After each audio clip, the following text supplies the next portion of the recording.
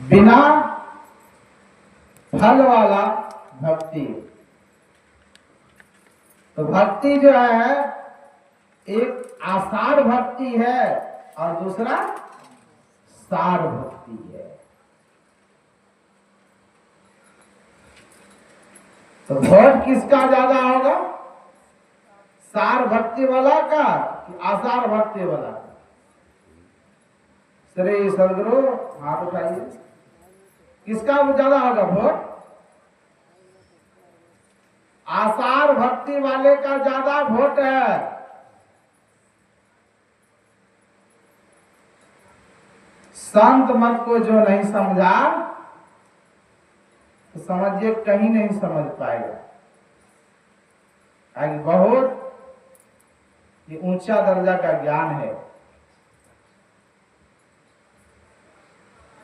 तो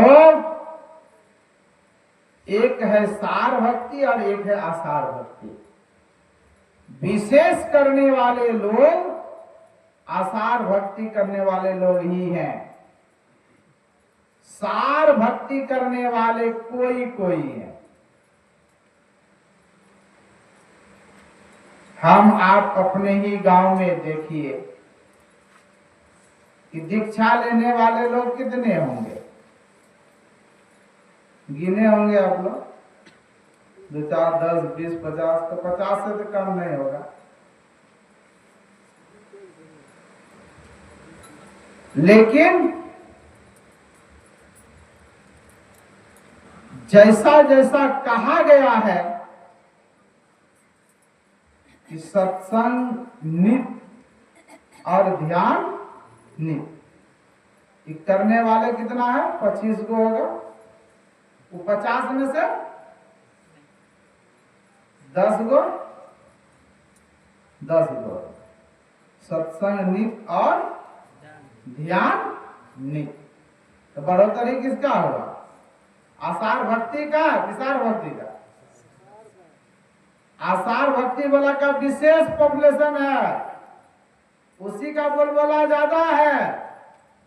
मुंह तोड़ जवाब देने वाला का बेसी चलता है, नहीं मुंहजोर वाला। तो उसका जो है ना विशेष है। लेकिन कम लोग, भले अंदर से शक्तिशाली है लेकिन कम ही है। पॉपुलेशन में ज्यादा नहीं है, गिनती में ज्यादा नहीं है, जनसंख्या में ज्यादा नहीं है, कम है। जंगल में शेर कितने होते हैं? शेर 2, 4, 5, 10 को कहीं कहीं मिलता है। किसी जंगल में 1 आध को अगर कहीं मिल गया तो मिल गया। जिस तरह गीदड़ का झुंड होता है ना, उस तरह शेर का झुंड नहीं होता। 7 सिंह की एक ही जात, सन और सिंह यानी शेर एक ही होते हैं। 7 सिंह की एक ही जात जीवत ही को खाए। शेर जो है ना, महीनों का अगर भूखा है उसको मार करके दीजिएगा कभी खाने वाला नहीं, तो जिंदा ही टेवेगा किधर, अपने से मार के तब उठाएगा। कहा भावहीन, जो भाव से विहीन है, भावहीन व्यक्ति है, जिसके पास भाव ही नहीं है, वो मृतक दशा ताके निकट न जाए। संत महात्मा लोग जो होते हैं भाव का भूखा। तो कहा सार भक्ति और आसार भक्ति। आसार भक्ति करने वाले देवी देवता के उपासक होते हैं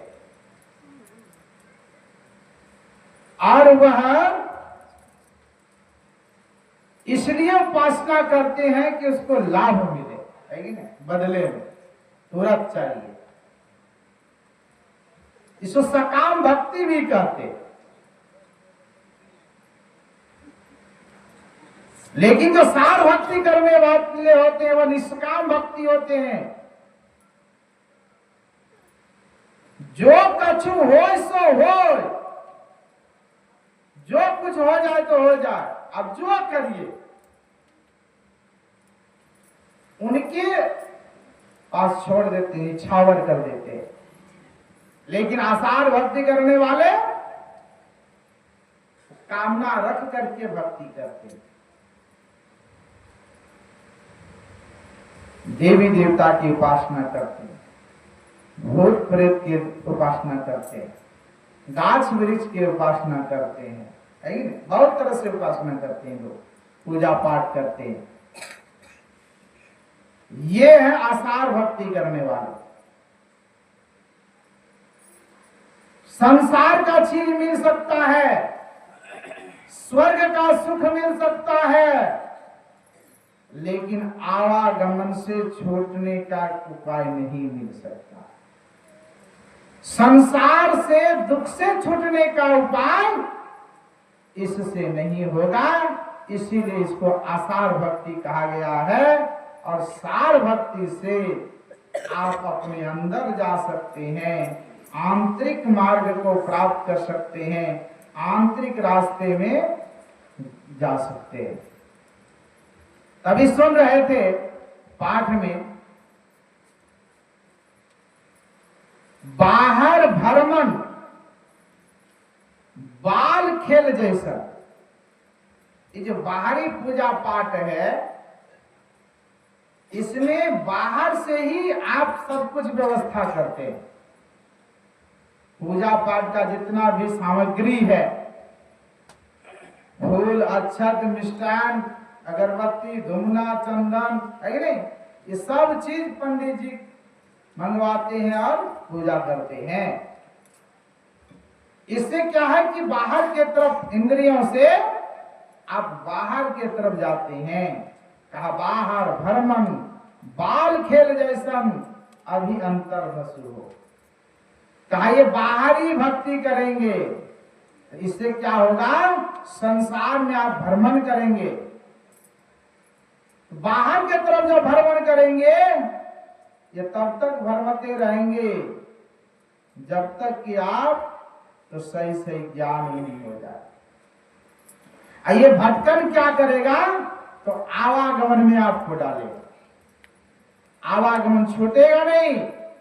और आवागमन में जब जाएंगे, पुनरपि जननम पुनरपि मरणम पुनरपि जननी जठरे शयनम, पुनः मरना, पुनः जन्म लेना, पुनः मां के गर्भ में शयन करना, ये काम छूटेगा नहीं। और यही काम जो है सबसे दुखदाई है। इसी को आवागमन सम दुख दूजा, है नहीं जग में कोई, इसके निवारण के लिए प्रभु भक्ति करनी चाहिए। फिर कहा आओ भक्त छाड़ो बालक खेल हो।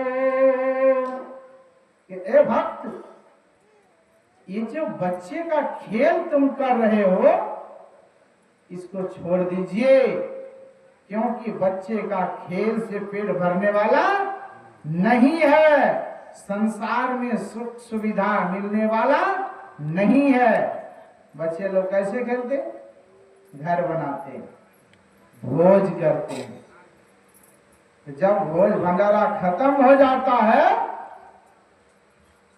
घर जाते हैं, माँ को कहती है कि माँ मुझे भोजन दो, भोजन करेंगे, भूख लगा। तारे अभी तुम पूरी बुनिया खा रहा था, वहां भोज वहां चल रहा था, नाच गान चल रहा था, शादी विवाह कर रहे थे, तुम लोग बराती गया था, अभी खाना खाया है तुम पूरी बुनिया। काऊ सचमुच थोड़ा था, तब काऊ झूठ-मूठ है। कहा झूठ-मूठ खेले, सचमुच खेले, झूठ-मूठ खेले सचमुच हो, आ सचमुच खेले बिरला को। जो कोई खेले मंचित लाए, तो होते होते होए, तो ये झुठमुठ खेलने से काम चलने वाला नहीं है। असली मकान बनाना पड़ेगा, नहीं कि वही खेल वाला मकान से काम चलेगा। असली शादीशुदा करना पड़ेगा, तब ना संसार में रहेंगे, संसार का कार्य चलेगा, खेती गृहस्थी होगी। उसके बाद कहते हैं कि जितना खेल में आप करते हैं, असली पूरी बुनिया खाइएगा तब पेट भरेगा, चावल खाइएगा तब पेट भरेगा, और नकली खाइएगा तो पेट भरेगा। आसार चीज खाइएगा तो चलेगा, नहीं चलेगा। तो आसार भक्ति को छोड़ना पड़ेगा, या बच्चे का खेल को त्यागना पड़ेगा, छोड़ना पड़ेगा, तब सार भक्ति होगी। और सार भक्ति के लिए संतों के समीप जाना पड़ेगा, संतों के पास जाना पड़ेगा, संतों के बताए सदमार्ग पर चलना पड़ेगा। तो कैसे चलते हैं लोग? तो हमारे परमाराध्य संत सद्गुरु महर्षि में परमहंस जी महाराज कहते हैं कि निज तन में खोज सज्जन, बाहर ना खोजना, अपने ही घट में हरि है, अपने में खोजना। का अपने में ही खोजना पड़ेगा, कहीं बाहर खोजने से मिलने वाला नहीं है। कहा कस्तूरी मृग में ढूंढ है, कस्तूरी का सुगंध जो है मृग के नाभि से निकलता, लेकिन वह वहां नहीं मिलता उनको। कहाँ खोजता है? तो सुंघत डोली घास, घास फूस बील लता वृक्ष हर जगह खोजता है, लेकिन वहां वह नहीं मिलता है। क्यों? तो वह उसके अपने अंदर है, उनके पास में ही है, लेकिन खोजता कहीं है। वस्तु कहीं हो जाए कहीं, यही विधि आवे। कहा वस्तु कहीं है और दूसरे जगह खोजिएगा तो मिलने वाला नहीं है। तो कहने सुनने की बहुत सारी बातें हैं। तो विशेष रूप से हम लोग भक्ति के संबंध में कि सार भक्ति कैसे करना है और सार भक्ति हम लोग कैसे करेंगे जो हम आप भक्ति करके उस परमात्मा को प्राप्त कर सकते हैं। तो आइए हम लोग सुनेंगे बाबा के मुखारबिंद से। मैं अपनी वाणी को यहीं पर विराम। श्री सद्गुरु महाराज की जय।